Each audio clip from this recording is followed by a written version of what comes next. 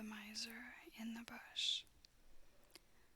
A farmer had a faithful, intelligent servant who had worked hard for him 3 years without having been paid any wages. At last it came into the man's head that he would not go on thus without pay any longer. So he went to his master and said, "I have worked hard for you a long time. I will trust to you to give me what I deserve to have for my trouble." The farmer was a sad miser, and knew that this man was very simple-hearted. So he took out 3 pence and gave him for every year's service a penny. The poor fellow thought it was a great deal of money to have, and said to himself, "Why should I work hard and live here on bad fare any longer? I can now travel into the wide world and make myself merry." With that he put his money into his purse and set out roaming over hill and valley. As he jogged along over the fields, singing and dancing, a little dwarf met him and asked him what made him so merry. "Why, what should make me downhearted?" said he. "I am sound in health and rich in purse. What should I care for? I have saved up my 3 years' earnings and have it all safe in my pocket." "How much may it come to?" said the little man. "Full 3 pence," replied the countryman. "I wish you would give them to me," said the other. "I am very poor." Then the man pitied him and gave him all he had. And the little dwarf said in return, "As you have such a kind, honest heart, I will grant you 3 wishes, 1 for every penny.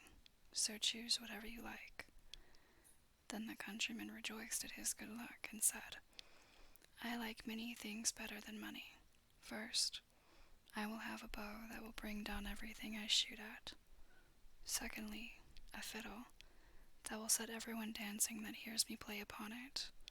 And thirdly, I should like that everyone should grant what I ask." The dwarf said he should have his 3 wishes, so he gave him the bow and fiddle and went his way.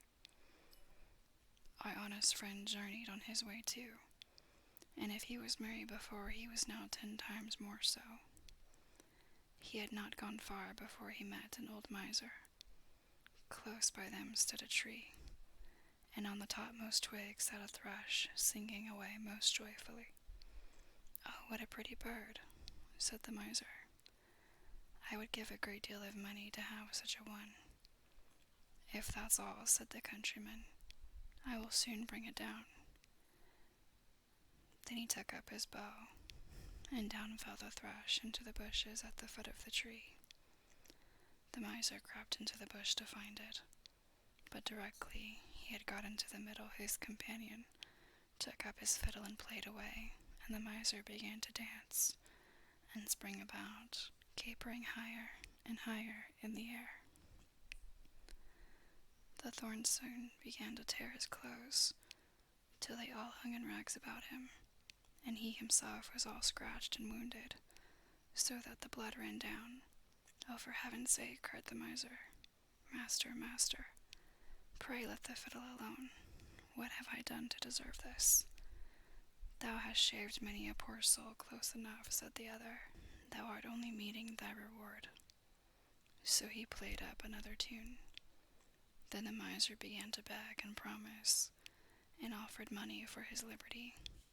But he did not come up to the musician's price for some time, and he danced him along brisker and brisker, and the miser bid higher and higher, till at last he offered a round 100 of florins that he had in his purse, and had just gained by cheating some poor fellow. When the countryman saw so much money, he said, "I will agree to your proposal." So he took the purse, put up his fiddle, and traveled on very pleased with his bargain. Meanwhile, the miser crept out of the bush half naked, and in a piteous plight, and began to ponder how he should take his revenge, and serve his late companion some trick. At last he went to the judge and complained that a rascal had robbed him of his money, and beaten him into the bargain, and that the fellow who did it carried a bow at his back. and a fiddle hung round his neck. Then the judge sent out his officers to bring up the accused wherever they should find him, and he was soon caught and brought up to be tried. The miser began to tell his tale, and said he had been robbed of his money.